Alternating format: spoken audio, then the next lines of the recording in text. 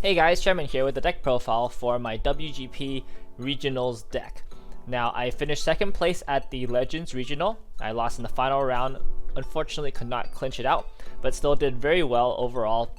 I'm qualified for Nats, and I just wanted to show you guys the deck that I was playing, kind of go over my thoughts on how well it did, and some changes I would like to make moving forward with the deck if I choose to continue playing it. So, of course, as you can tell by the map, I was definitely repping Hololive. Not repping Watame build specifically, but definitely playing the build of Hololive I felt most comfortable, had done the most testing up to the point of playing regionals, and just felt like it had the best matchups overall. And that is Pekora Lucia. So let's just get straight into the deck list. And we were starting off with 4 copies of 00 Aqua. The reason why you play Hololive, basically, if you're playing Hololive, you're trying to play this Aqua, it's a reason to play blue. This card is just fantastic. Basically, I've developed a dependency on her. She's just really good. Yeah, what else can I say? Running 4 copies of the Miko Drop Search. This might be kind of interesting to some people, especially since my deck actually does not run red. I don't need this for color at all. But the reason why I run 4 copies of the Miko Drop Search is because Drop Search is really important with Pekora combo, because Pekora combo does not search. You add from top 4, which is pretty good selection, but it's not great. And for the Lucia deck specifically, you need very specific pieces at specific zones at a very specific time. So the first turn of level 2, you need to be able to have the 2-1 Flare, 0-0 Noel, and a 3-2 Lucia in your hand, and also a good summon target, which is likely a 3-2 Lucia in your waiting room as well. So in order to get all these pieces at the right place at the right time, it's pretty hard if you don't have some kind of combo that searches. And because Pekora doesn't search, we have to compensate by running Drop Search. I choose to run Miko Drop Search over the other Drop Search, which is Coco, because Coco kind of conflicts with Aqua because they both want to be in the center slot. And Miko is also really big, which is kind of why I like to run her. Turn 2, if I have 1 stock, and both me and my opponents are at level 0, sometimes I'll just Drop Search for the Aqua, and then I get to have 2 3-5 beaters, usually just like dominate 2 lanes.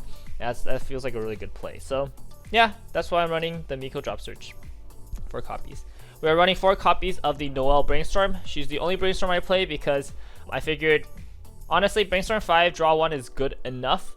Again, we're running the Miko Drop Search, so we don't really need the Brainstorm to be selective either.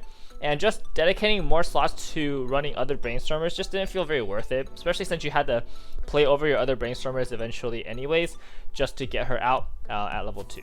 Next, we're running 3 copies of the Korone. This is our yellow color at level 0, also a pretty good beater. Right now, the meta has a lot of runners, especially 3-5 runners, and just being able to have a card that can go toe-to-toe with a 3-5 runner and also prevent them from running away is really good. If my opponent opens a 3-5 runner, sometimes I'll just respond with 1 Korone, attack once, and just kind of like slow the game down at level 0, and my opponent now has to like either commit a huge board and then risk losing it all, or they have to also play slowly, and then it's actually like really good advantage for me in a slow game slate. So yeah, that's why I'm running the Korone at 3 copies. It could go up to 4 if I cut something else, but I think 3 is fine. Alright, here is my spicy tech. This is something that I came up with after just like long days of testing and just trying to think, how do I make this deck even better? And that is 2 copies of this 00 TD Xion. Okay, now this Xion has an effect at the start of your opponent's attack phase. You can pay the cost, which is 1 stock, and then choose the card from across from her and another one of your opponent's front row characters, and you can swap their places. Okay, now here's the reason why we're playing this Xion. It's because if people are playing against your Lucia deck and they know what Lucia deck does, which frankly most people do because it's a very strong deck, they'll usually hold on to some kind of Adachi or some kind of anti-change bomb for your level 2 turn. So what you do is you play a Lucia, you summon a Lucia, and now you have 2 Lucias, and usually they will use an Adachi or some kind of bomb to get rid of 1.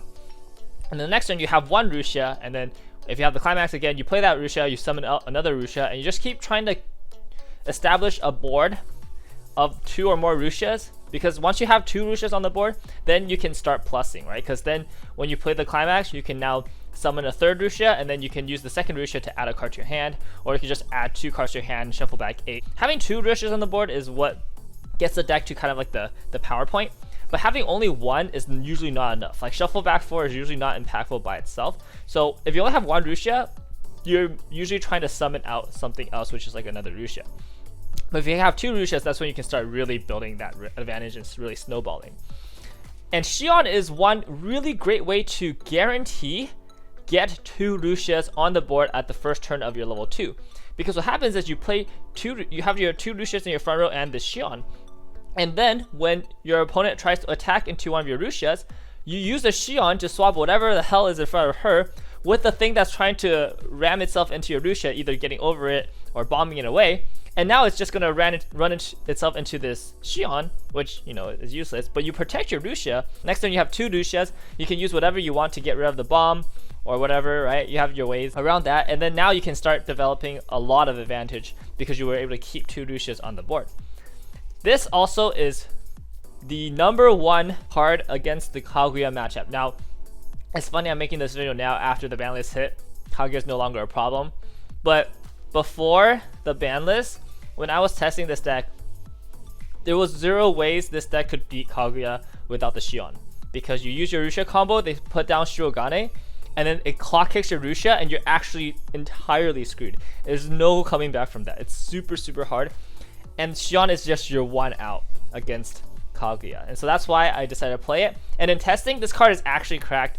Not only does it come up really well at that level 2 turn play to prevent your opponent's bombs from going off, allowing you to keep both Ruxias, but it actually comes up at level 0 as well. Sometimes you can use it to redirect on reverse effects or just kind of like screw it with your opponent's attack orders and stuff like that. It is actually surprisingly a good card. So I think 2 copies is great. It's like you see it just enough for it to be relevant, and honestly it's actually been overperforming in my opinion. So this is a really, really spicy tech. I don't think anybody else is trying it, but if you want to play the Ruxia deck, try out 2 copies of the Xion. It will change your life forever. This card is absolutely cracked for this deck. Alright, moving on, we play 1 copy of the Climax Swap Watame, just because we want a late game, we want to see the Ruxia Climax all the time. So if we ever draw into the Pekoro Climax, or if you have the Pekoro Climax, we just change it into Ruxia Climax. And then last, we run 1 copy of Kyoko Drop Salvage, mostly just because we don't have really any access to the waiting room outside of the Ruxia combo. And I just like Choco. Choco's really good. The mill and then the salvage, really good utility suite. This could get replaced with something else. I'm not too sure right now. I just kind of had it in from earlier testing and I was just like, it's a good card, so we just keep it in. Obviously, for Pekora combo. Pekora combo is just really consistent. Gets through our first deck really quickly. Pretty big. Just a good card. Running 4 copies of Subaru.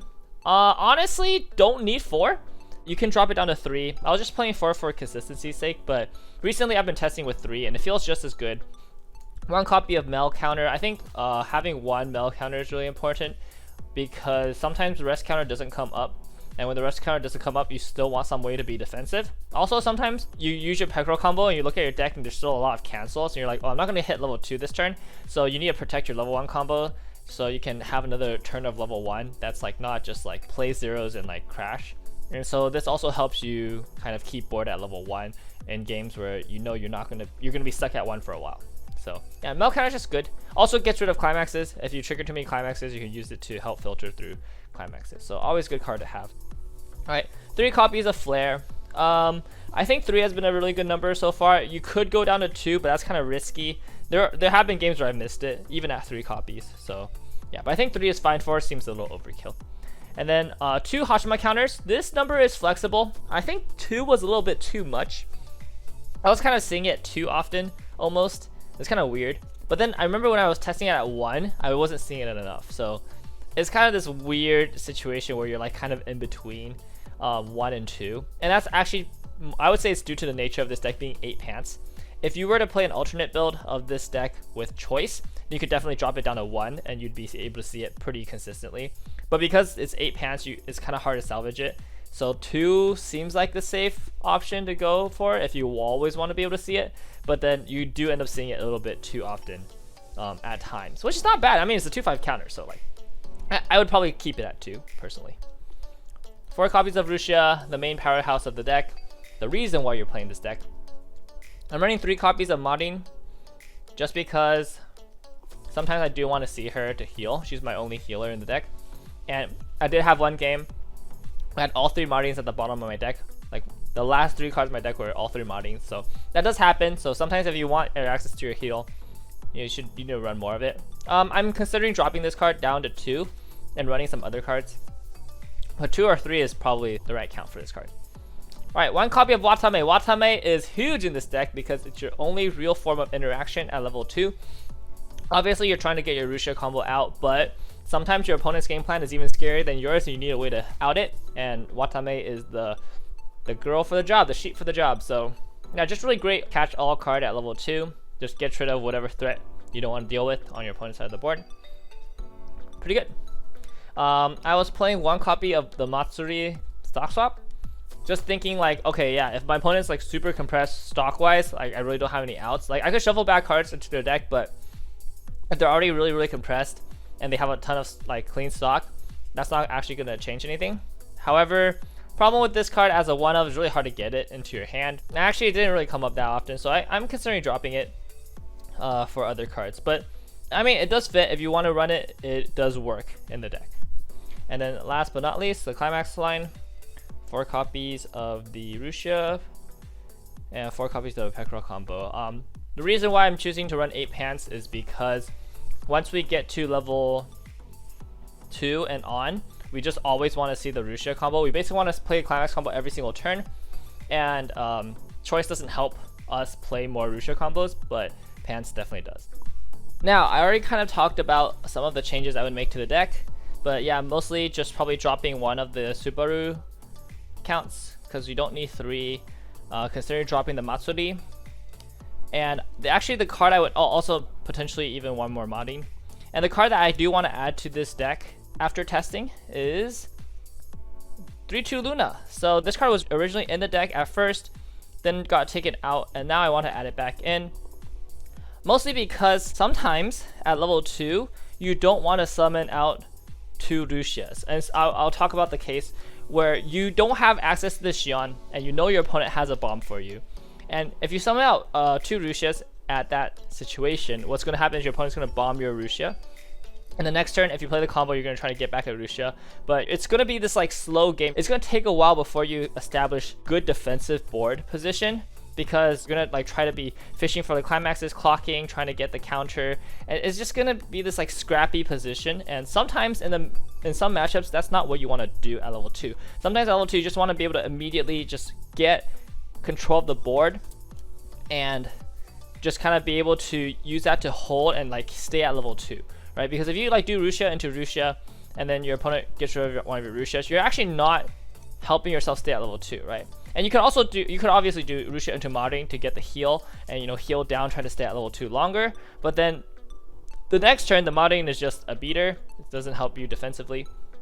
What you can do in those matchups is sometimes the right play is to Rusia summon Luna, because Luna cannot be bombed. She is a level 0 on the board. Obviously, if your opponent is running level 0 bombs, don't summon out Luna. She is going to get absolutely destroyed. But if you know your opponent is not playing level 0 bombs, and you know that your opponent is playing Adashis and they have one ready to get rid of your Rusia, and you don't have like another Rusia combo to go off on the next turn, you can summon Luna, and Luna will be able to be huge, by the way, because she's 11-5 on her own. When you summon it from the climax combo, she gets another 2-5, so she's 14k, and she can be summoned across on the other side of the flare because the level support doesn't work with her. But she also has the defensive ability when your opponent front attacks her, which is they have to front attack her. You can look at the top card of your deck and then you can mill it, so that helps you go through your deck closer to get a cancel. And she also gets to push damage with her on reverse burn ability. In the future, I would consider just playing 2 copies of the Luna and actually going for the Luna in a lot of matchups where I feel like it would be more impactful to do Lucia Luna instead of double Lucia. And again, it's mostly like, let's say I have only 1 pants in hand. I don't have a pants in the waiting room, so even if I trigger a pants, I won't be able to get one. So it's like, at this point, like, do I want to try to, like, on my next turn, do I want to like expend a bunch of resources trying to get access to another pants, or do I just want to summon a Luna and just have like a big beater on the board that works defensively and can help me just kind of pressure my opponent and also play defensively without having to like clock myself into another pants or do anything like that. So yeah, that's what the Luna is there for. But honestly, I am probably not going to be playing this deck going forward for Nationals, and that's because this deck has a very glaring weakness in my opinion, and it actually came up in the final round of WGP, and is one of the reasons why I lost, is that this deck, outside of this tab counter, which is a really good card, but it's just one tab counter, this deck has 0 defensive counters with Lucia, and that's a huge issue.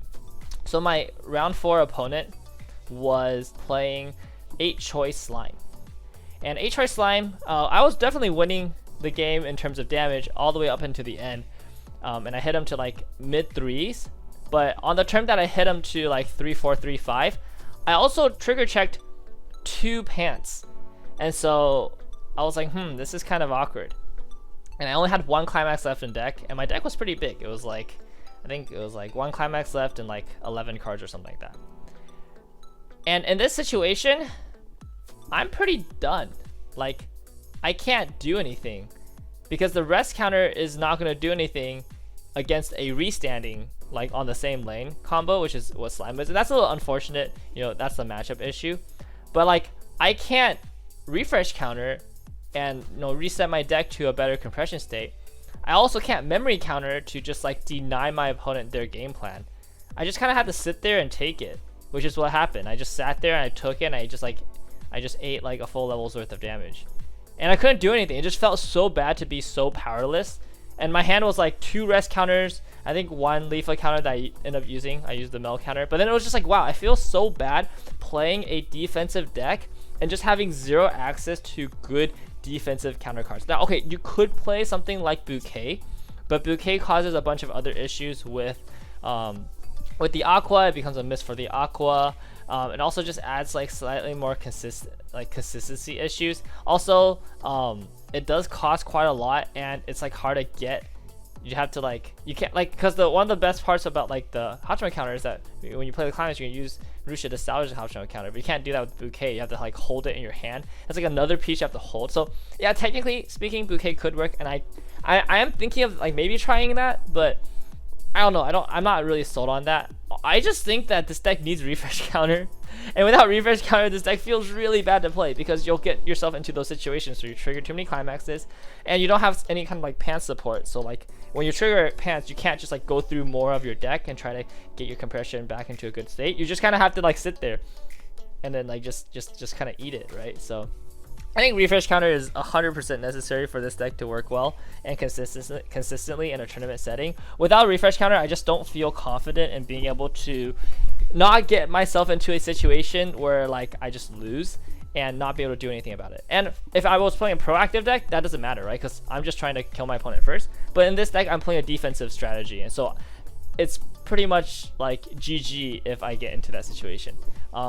So yeah, I don't think I'm going to touch this deck until set 2 comes out. Hopefully we will get something like a refresh counter then, and then I think this deck will be really good. This deck basically just needs a refresh counter, and it would be like amazing deck, especially with the Xion tech and like other of these like small optimizations that this deck can make in this deck to really go online with the Rusha combo as soon as possible. Like in all my games, I got double Rusha off and kept double Rusha on the board, and my opponent's just like, I just lost on the spot, except for the last game where my opponent just, you know, just killed me from level 2. So yeah, it's a really strong deck, definitely really good. So hopefully this will give you guys like some ideas to take your Lucia game to the next level, especially the Xions. If there's anything you want, like, I want you guys to take away from this video, is that this Xion is broken. Please use this Xion.